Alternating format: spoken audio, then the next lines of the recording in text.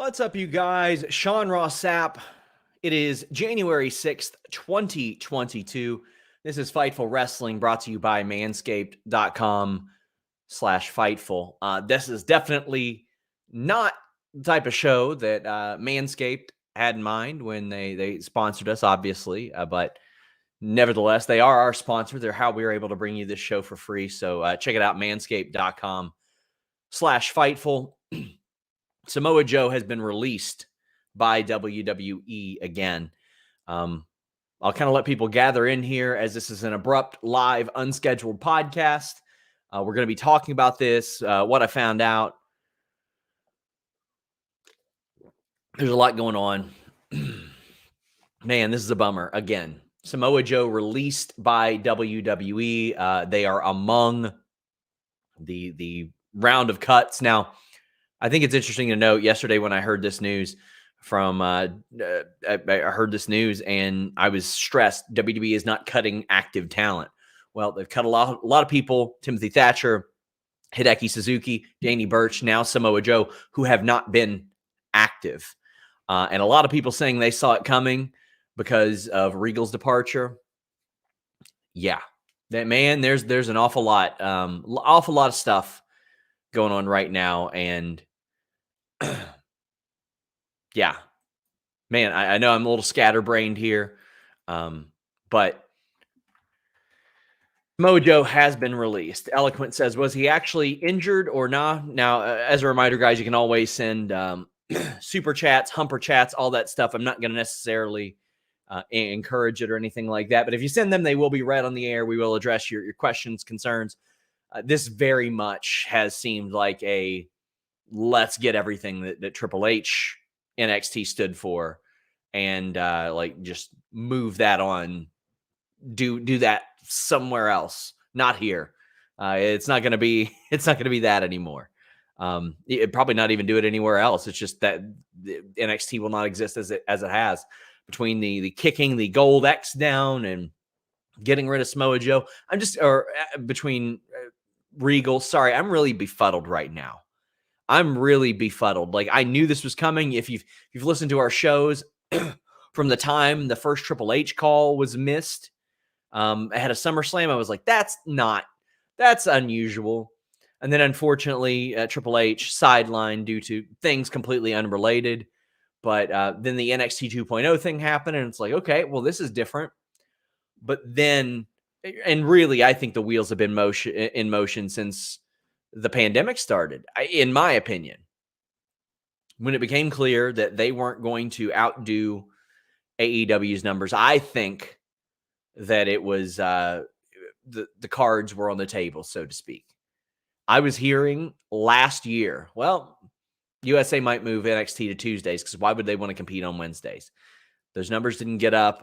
It's easy to look at that and say, maybe this is why, but a lot of casualties here. You had Scott Armstrong, who 60 years old. He made sure to specify to me, 60 years old, still in great shape. He's going to wrestle somewhere. He's going to wrestle the Indies. You've got Hideki Suzuki, who didn't get to wrestle for WWE.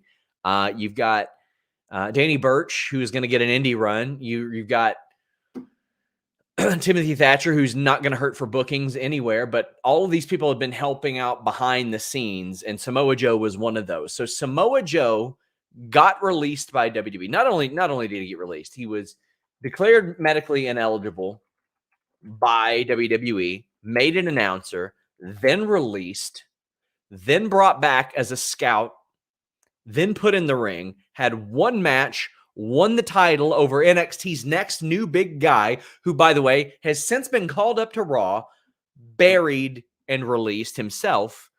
Then they declared Joe ineligible, stripped the title from him, completely rebranded the show. He never wrestled again. And then they released him. Now, I should specify, there has not been a company-wide email that went out like in previous releases that say, oh, it's due to budget cuts, these people are gone. That's just not the way that it's been.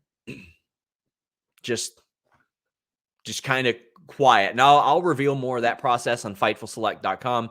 I wanted to go live to react to this, but I'm going to have a full report on FightfulSelect.com after this show. So please go over there and subscribe. That's our lifeblood. But I was shocked by this. And of course,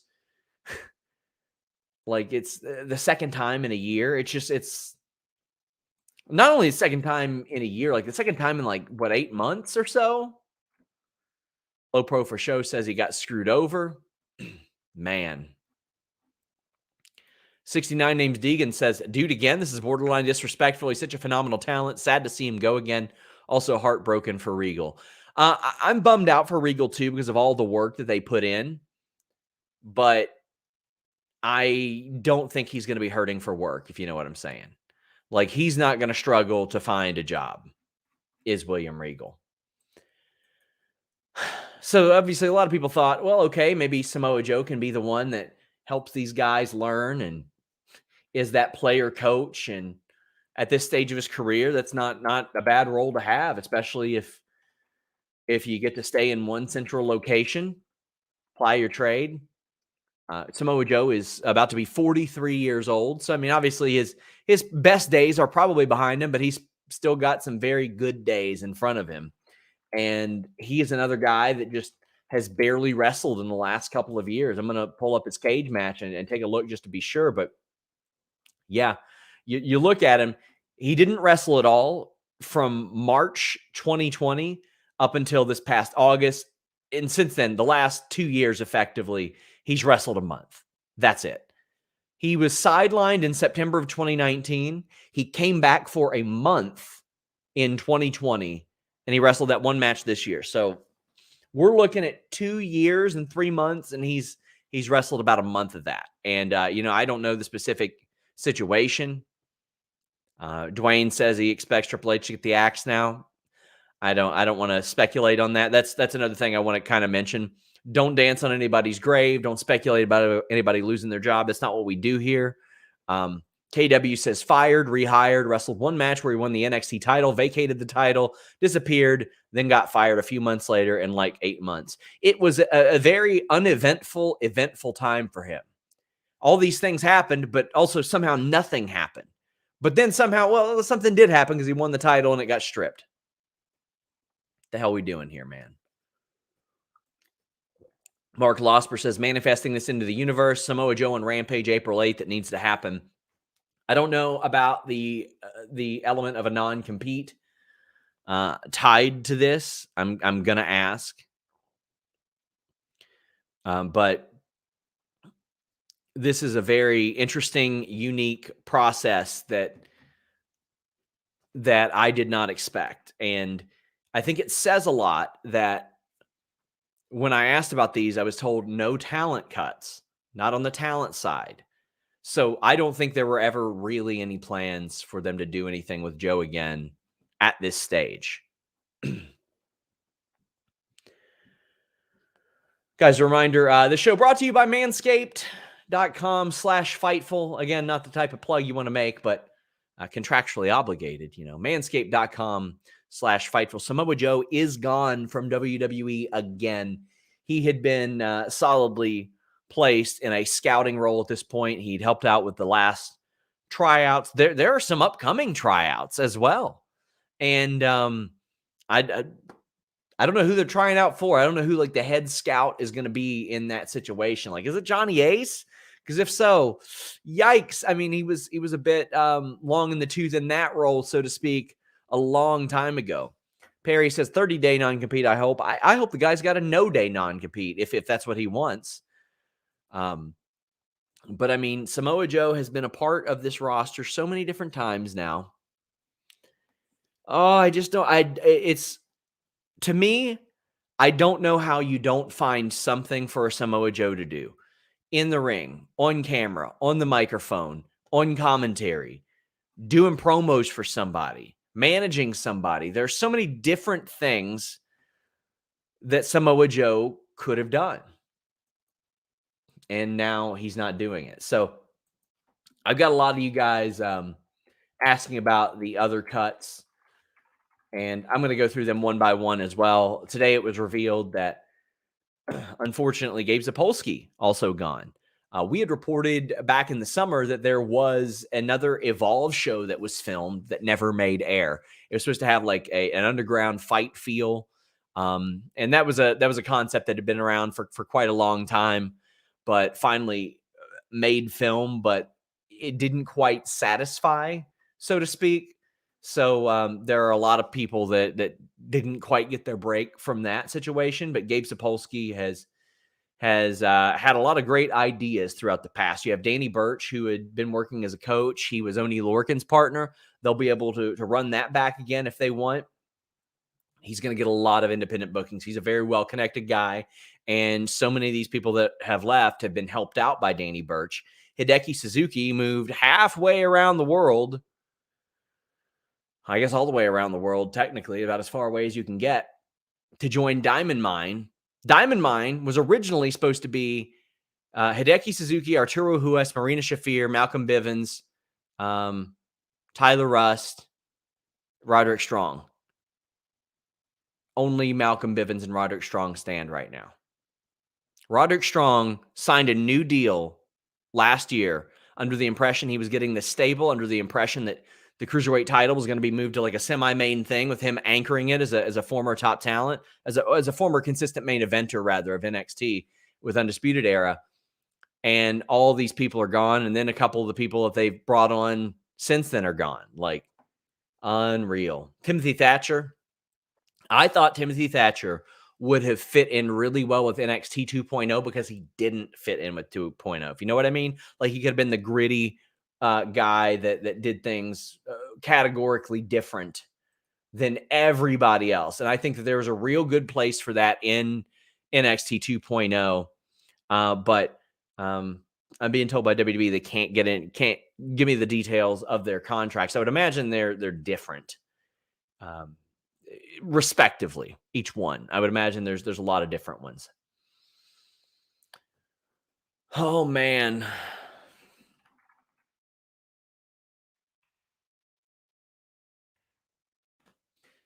So I'm going to pull up the rest of these. George Carroll was a guy who came over from New Japan and did a lot of great stuff and was well liked. We had Ryan Katz, who had been a part of creative and production for a very, very long time in NXT. He was one of the first hires for the Performance Center in like 2013 to work directly under Dusty Rhodes. And he helped out so many different people. Tremaine Perriman says Nick Khan was an exec at ESPN. If you look at that company when he was there, it's not surprising at all. Yeah, especially the way that went. KE775 says, is Shawn Michaels the only Triple H guy left? No, there's like Norman Smiley and a whole bunch of other ones. But just obviously Road Dogg, who had a storied career as a performer and then became a producer for main roster, then for NXT, worked directly with Triple H. He was a Triple H guy. And Scott Armstrong, by proxy, because he's a Road Dogg guy, is a Triple H guy.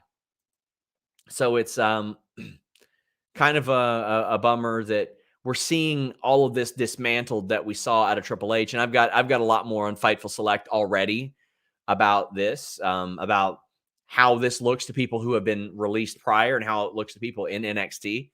You got one that maybe isn't a Triple H person, Kathy Carino, who is known as Allison Danger. She just got her job like a few months ago. Like, what the hell, man? Like, come on. Unreal. There's several more. I'm trying to rack my brain about this or regarding these, and it's just that there are so many that are no longer with the company. And Samoa Joe is like a cherry on top of a shit sundae. You know what I'm saying? It's a bummer. Ace Steel, who is known for coming up with Colt Cabana and CM Punk.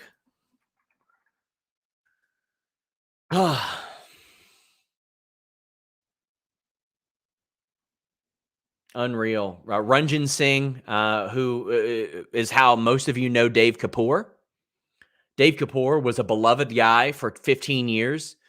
within WWE who helped out a lot creatively. And he had ended up moving out down to NXT. He had been, I feel like he was senior VP of creative at one point, but he ended up going to NXT and helping out there, and they cut him as well. PW Insider reported that Senior VP of Consumer Products, Sarah Cummins, was released. I don't know a lot about her, though, but there were just numerous. There were around 15, I believe, cuts there. Samoa Joe released by WWE. I'm at a loss for words. So I would imagine, I think it's fair to talk about what's going to happen with him. We don't know how he is physically.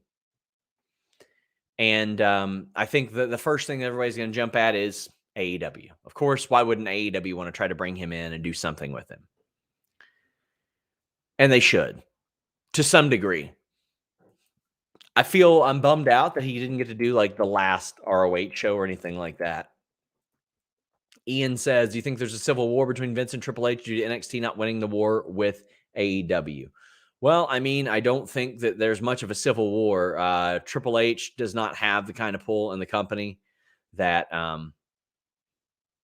that Vince McMahon does. Vince McMahon owns it. He runs it. Whatever he says goes. And that's about it. Wood Chatter says the story Lenny Leonard posted on Twitter about Allison Danger was heartbreaking. Yes, very heartbreaking.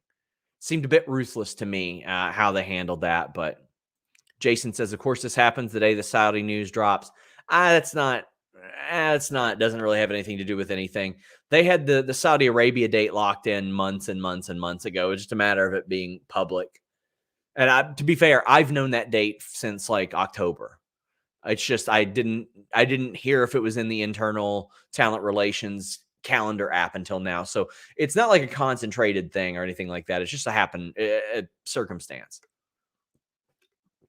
So Samoa Joe no longer in WWE. And here's the wild thing. People are saying, what Saudi news? The date of their next show. People might be like, oh, Sean, you don't have anything to say. I've done this podcast before. I've said everything before. I've said I don't know how you can't find something for Samoa Joe podcast. We've been here before. Probably about 1,000 of you watching this right now. We're watching then too.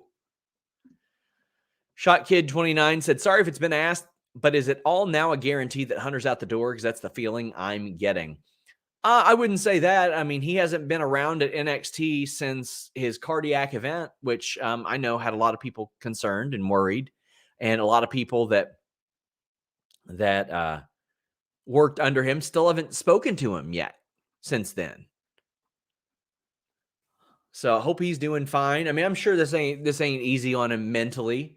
Whether he has anything to do with the decision or if it's concentrated and targeted on him, I haven't spoken to Triple H.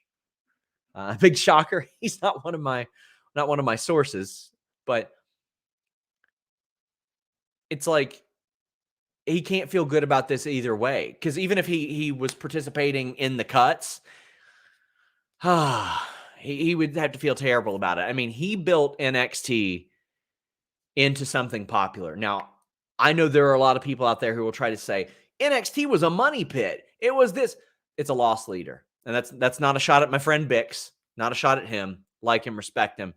He just happened to tweet it yesterday, but this was their developmental territory that became so compelling that it got a cable deal, that it became a success as a live event touring brand, at least as far as pay-per-view goes.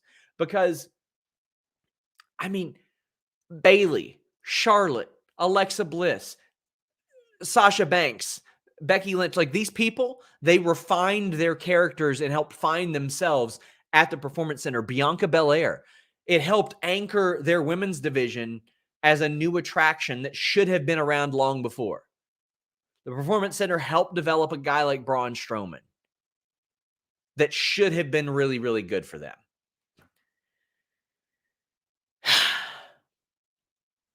And now you're like, okay, they've still got a few coaches, but who This is what Scotty Too Hottie was telling me. Okay, I haven't dropped the interview yet. The Scotty Too Hottie interview was going to drop next week or the week after. I wanted to give my boy Chris Van Vliet some space between his interview. But Scotty Too Hottie looks like a fucking genius right now, doesn't he? Because he left this guaranteed job, and I hit him up yesterday. He was like, man, I saw the writing on the wall. He's like, I hate that I saw the writing on the wall, but I saw the writing on the wall. And he told me that these releases were a big part of this. Like, he didn't know. He was a coach, and he was helping guide these kids, and he would have a heart-to-heart conversation with him, and then they'd be gone the same day. Look, okay, I don't know if you guys remember my interview with Steve Macklin. Spoiler alert, I got a new interview with Steve Macklin drop in tomorrow. Now, this is not a shit on WWE parade for me, but Steve Macklin was never given a singles opportunity in WWE. Maybe didn't fit their mold. He's undefeated in Impact Wrestling right now. He's killing it in Impact Wrestling. He's doing incredible stuff. I got an interview with him tomorrow. He told me that he went in and bumped around for that big man class about a year ago. The one that everybody heard that Keith Lee was a part of and was up in arms about. He went and bumped for all those big guys. Keep in mind, all the big guys that Vince was like, hey, you don't work well enough. Macklin went in and bumped for them, and on his way home got fired. So there's a lot of like not left hand, right hand stuff going on here. People are asking, will there be more? I don't know if there will be more. El Milkman says, went to the house show in Lowell where Joe beat Balor for the title. Was a fun experience. I missed that NXT. I do too. But I mean, that wasn't exempt from its rough spots too. You know what I mean? Althek says, you're great, Sean. Thanks for what you do. Honestly, are you tired of reporting this hard-hitting news about releases on a personal level? Yes, it is heartbreaking to me on a personal level. A lot of these people I've come to know. They've become good friends.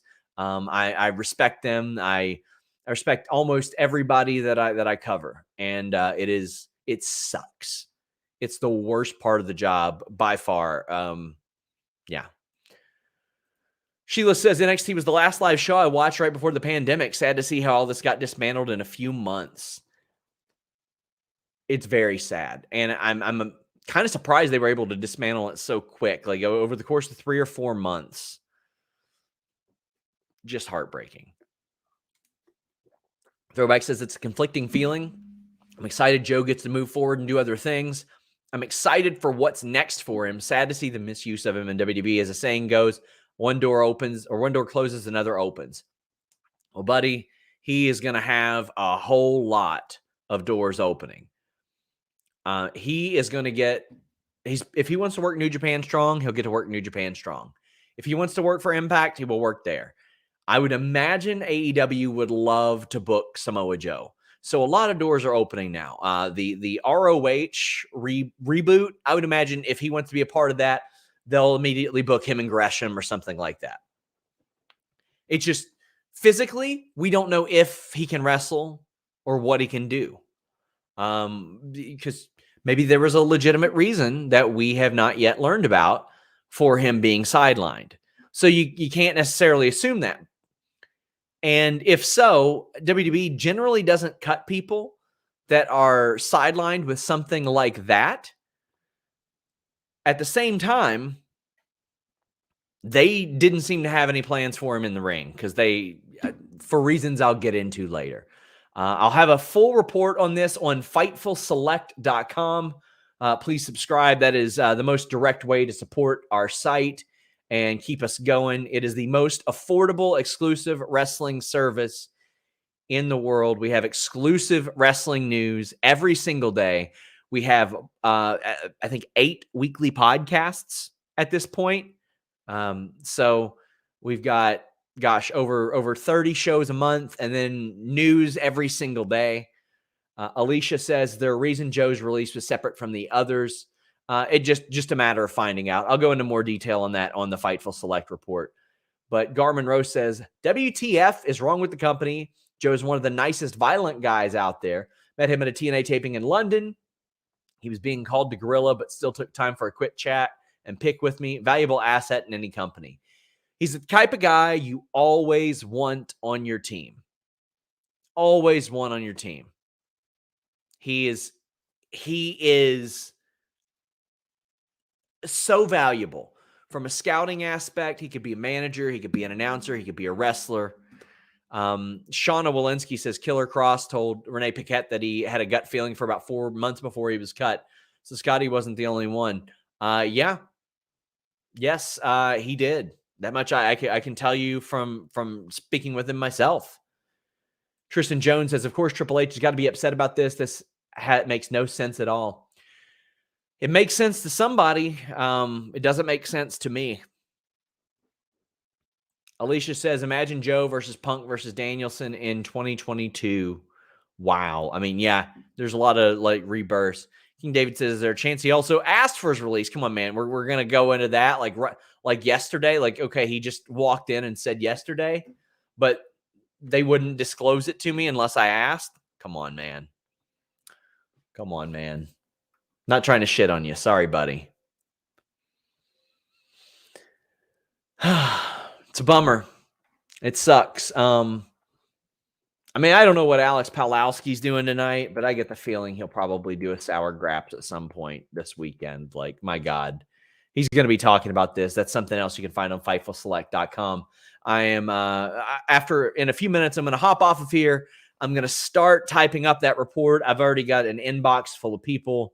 If you can't tell by me looking off, seeing the back of my messy hair here, off to the side, but brother, this is wild and this is unfortunate. I hate it for Samoa Joe. I'm excited to see. Hopefully, he wrestles again. I hope, but you can never assume what somebody wants. You can never assume what somebody's going to do or what somebody feels.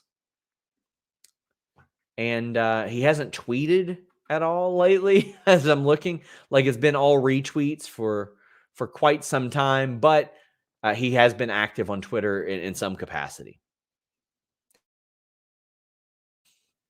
I just want to tell you guys, I appreciate you all. I know this is a sucky reason to come and support what we're doing and check us out. And I know me saying manscaped.com, code Fightful, and FightfulSelect.com. It's not the way that I want to push our products, but I hope you guys do support FightfulSelect.com. I'm going to have a bunch of news there behind this, how I found out, WWE's response to it, talent response. I mean, I've already got like 12 people in the business reaching out, and, you know, people afraid that there are more coming and all that. What a bummer, man. So I'm very interested. Ray DeBlade says WWE prepping for a sale. In my opinion, I would think so too. That's my, like, I don't have anything besides the Freddie Prinze comment, which I don't know if you guys saw, but he said that a Fox exec told him that it was proposed that Fox buy the entire company.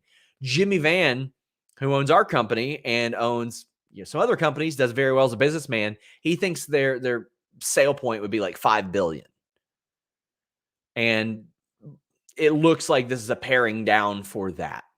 And I have heard in the past of some particular brands that people high up in the company think would make good stewards, but like, we don't know who would run the company. Like, would Vince come with the deal? If so, would that knock down the sale price? How would that work? I'm looking through some of the reactions to this news, and it's surprising, but it's not. Nerd Guru says, I said that's the first time Samoa Joe doesn't deserve this, but Tony, this is a slam dunk. He has a history with so many guys there. That he does. Throwback says, I missed my only shot to see him perform live, but he's one amazing thing. Thank you, Sean, for telling us. Well, I get the feeling you're going to have a lot of opportunities to watch him live.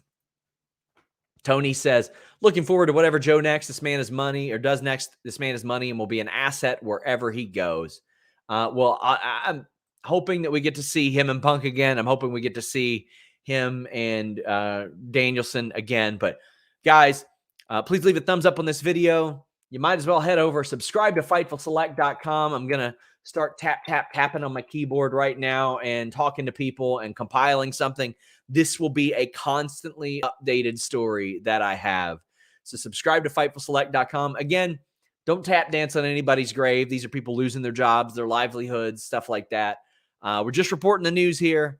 Not gonna celebrate anybody leaving for any capacity. So again, handle these situations kind of lightly. This could be the best day of somebody's life or the worst day of somebody's life.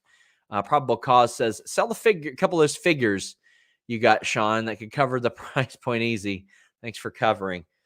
Don't have that much, my friend. Until next time, guys, we're out.